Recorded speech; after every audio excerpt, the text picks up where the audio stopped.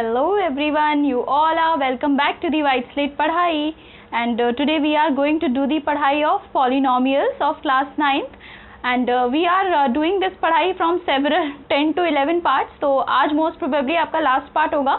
हम लोग जो है अपनी लास्ट आइडेंटिटी नंबर 8 जो है उसे आज डिस्कस करेंगे. आइडेंटिटी 8 जो है वो बाकी सारी आइडेंटिटीज से थोड़ी सी डिफरेंट है. आप ऐसा कह सकते हैं कि सभी में से कुछ तोड़ मरोड़ के हमने इसको जो है वो बना लिया है अपनी इस आइडेंटिटी को.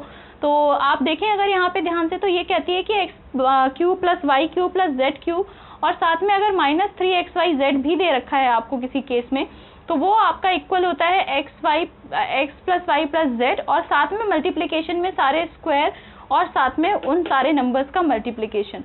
तो ये जो है हमारी आइडेंटिटी थोड़ी सी अलग है. मैंने आपसे पहले ही कहा है अलग है, तो उस पे जो क्वेश्चंस आधारित है वो भी अलग हैं. सबसे पहले उन्होंने हमें 11th क्वेश्चन में फैक्टराइज करने के लिए जो है कहा है.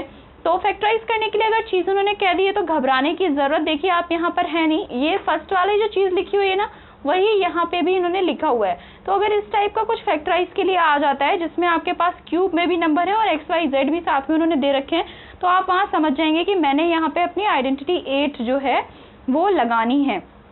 ठीक है, ये इजी है, अलग से नजर आएगी कि यही वाली आइडेंटिटी लगनी है. थोड़ी सी याद करने में मुश्किल हो सकती है, पर जब आप लगातार क्वेश्चन सॉल्व करेंगे तो याद करने में भी मुश्किल नहीं होगी. बहुत इजी है ये आइडेंटिटी. तो देखिए कैसे सॉल्व करना है. अगर मैं क्वेश्चन नंबर 11 के बारे में बात करती हूँ, तो यहाँ पे देखिए x की जगह पे इन्होंने 27x³ लिखा हुआ है.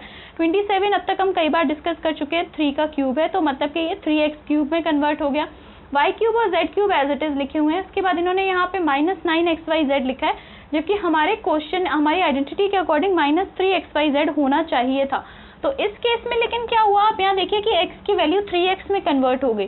तो मतलब मैं इसे अगर 3 × 3xyz लिख देती हूँ, तो इसका मतलब x की वैल्यू 3x मेरी निकल आएगी, बाकी y की वैल्यू y है और z की वैल्यू यहाँ पे z है. तो वही यहाँ हमें करना है अपने क्वेश्चन नंबर 11 में. जो है वहाँ पे मेरी x की वैल्यू जो है वो 3x हो जाती है, y की वैल्यू तो y ही है और z की जो वैल्यू है वो z ही है. अब मैं इसे आइडेंटिटी 8 के अकॉर्डिंग जो है फैक्टराइज कर लूँगी. लिखेंगे भी ऐसे ही हम, यूजिंग आइडेंटिटी 8. तो आइडेंटिटी 8 यूज़ करते ही मेरा ये जो है वो किस में कन्वर्ट हो जाएगा. देखिए यहाँ पे x की जगह पे 3x, y की जगह पे सिर्फ y और z की जगह पे सिर्फ z. यहाँ पे x का स्क्वायर मतलब कि आपका 3x का स्क्वायर, तो 9x स्क्वायर. चलिए एक स्टेप मैं बाद में बताऊंगी आपको. 3x square plus y square plus z square as it is. यहाँ तक तो कोई इशू था ही नहीं. अभी -xy, तो पहले x है मेरा 3x और उसमें y जो है वो मैंने मल्टीप्लाई कर दिया, -yz तो वो एज इट इज रह जाएगा, -zx तो z और x की जगह पे है मेरा 3x. तो ये आ गया यहाँ पर मेरा.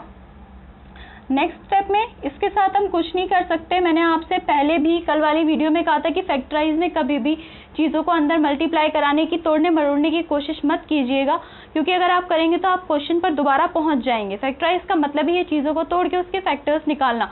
तो अगर आपने सब चीज़ों को वापस मल्टीप्लाई कर दिया, सारे फैक्टर्स को अगर आप वापस मल्टीप्लाई कर जाते हैं, तो आप क्वेश्चन पे ही पहुंच जाएंगे. एग्जाम्पल के तौर पे अगर आप ले लेते हैं कि 6 के फैक्टर्स क्या हैं, तो वो 2 और 3 होते हैं फैक्टर्स, है ना. तो अगर आप दोबारा 2 और 3 को मल्टीप्लाई करा देंगे तो 6 ही तो आ जाएगा. तो ये गलती नहीं करनी है हमें यहाँ पे. तो बस करते जाइए. देखिए यहाँ पे 3x स्क्वायर है, वो हो जाएगा आपका 9x square plus y square plus z square, minus यहाँ 3xy आ जाएगा, -yz और -3zx. तो ये हमारा फाइनल आंसर हो गया. देखिए सिर्फ 2 स्टेप में आंसर जो है वो निकल आना था.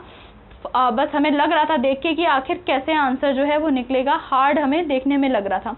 ऐसे ही अगर आप क्वेश्चन नंबर 12 देखते हैं, तो क्वेश्चन नंबर 12 में उन्होंने वेरीफाई कराने के लिए दिया है हमें कि आगे तो वही चीज़ लिखी हुई है, बस पीछे जो है उन्होंने वो चेंज कर दिया है. तो एक क्वेश्चन हमने ऐसा कल भी किया था जिसमें आइडेंटिटी को हमने प्रूव करने की कोशिश की थी, कुछ निकालने की कोशिश की थी. तो वैसा ही कुछ यहाँ है.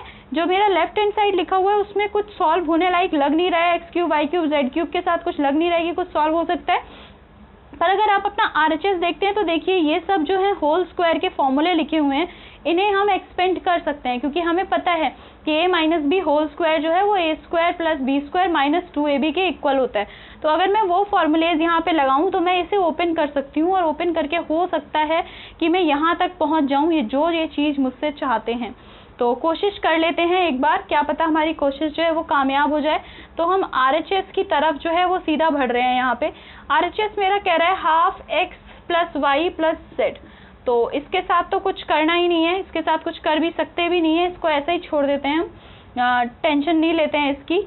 अब इसके आगे बढ़ते हैं, आगे बढ़ के आगे वाले टर्म्स को खोलने की कोशिश करते हैं। तो माइनस, देखिए यहाँ पे x माइनस वाई का होल स्क्वायर लिखा हुआ है, तो ये किस में कन्वर्ट हो जाएगा अगर आप करेंगे तो x square plus y square minus 2xy, है ना। x माइनस वाई का होल स्क्वायर जो है x square plus y square minus 2xy, यही होगा।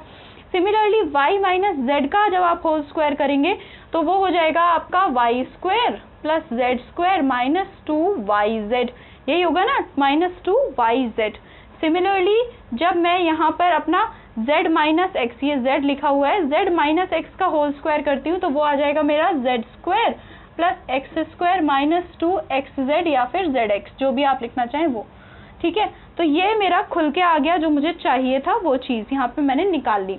अब अगर आप यहाँ पे ध्यान से देखते हैं तो देखिए 2x स्क्वायर है मेरे पास, 2z स्क्वायर है मेरे पास और 2y स्क्वायर भी है मेरे पास। इन्हें भी सिंप्लीफाई करते हैं फर्दर। देखिए half x plus y plus z जो है वो इक्वल हो जाएगा 2x square plus 2y square plus 2z square और उसके अलावा माइनस 2xy माइनस 2yz और माइनस 2xz, ठीक है।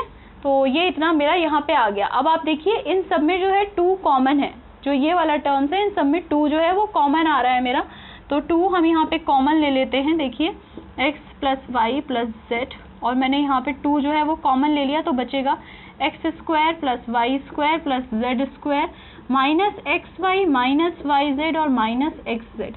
अभी इस 2 से ना ये 2 मेरा कैंसिल हो जाएगा, ठीक है। इस 2 से मेरा ये 2 कैंसिल हो गया। अब आप ध्यान से देखिए, इस 2 से 2 कैंसिल होते ही क्या बना मेरे पास, मेरी आइडेंटिटी का पीछे वाला हिस्सा बन गया। देखिए एक्स वाई जेड और फिर x square y square z square minus x y minus y z और माइनस जेड एक्स, वही चाहिए था, वही बन गया। तो अब हम यहाँ पे क्या लिखेंगे इसके आगे, यूजिंग आइडेंटिटी 8, ये जो मेरा सारा टर्म है ये किसके इक्वल हो जाएगा, ये हो जाएगा मेरा equal x cube plus y cube plus z cube और माइनस 3xyz के। और ये किसके इक्वल है, ये LHS के इक्वल है। यही मेरे क्वेश्चन का LHS भी था। तो हमने प्रूफ कर लिया यहाँ पे बिना पूरा मल्टीप्लाई किए, बिना कुछ ज़्यादा काम किए, आइडेंटिटी 8 को यूज़ करते हुए कि LHS जो है वो RHS के इक्वल हो गया। हमने ये चीज़ जो है वो यहाँ वेरीफाई कर ली अपनी कि बिल्कुल सही लिखा हुआ है। अगर ऐसे भी लिखा हुआ होता तो गलत नहीं है, बिल्कुल सही लिखा हुआ है। सिमिलरली क्वेश्चन नंबर 13 अगर आप देखते हैं तो उसमें भी हमें उन्होंने कुछ चीज़ें जो हैं वो शो करने के लिए ही बोला है, मतलब एक तरीके से वेरिफिकेशन टाइप का ही है वो भी क्वेश्चन, घबराने की ज़रूरत उसमें भी नहीं है। उसमें वो क्या कह रहे हैं कि अगर मेरी इस आइडेंटिटी में जो हमारी ये आइडेंटिटी है इसको ले लेते हैं, इसमें x plus y plus z ये वाली जो चीज़ है ये 0 हो जाती है, तो हमें ये शो करना है कि this would be equal to this. तो ये सामने सामने आपके लिखा हुआ है, इसमें तो बिल्कुल भी मुझे लगता है टेंशन लेने की ज़रूरत ही नहीं है। देखिए सबसे पहले मैं अपनी आइडेंटिटी 8 जो है उसे दोबारा लिख लेती हूँ क्वेश्चन नंबर 13 के लिए कि x cube plus y cube plus z cube minus 3xyz जो है मेरा वो इक्वल होता है मेरा x plus y plus z के।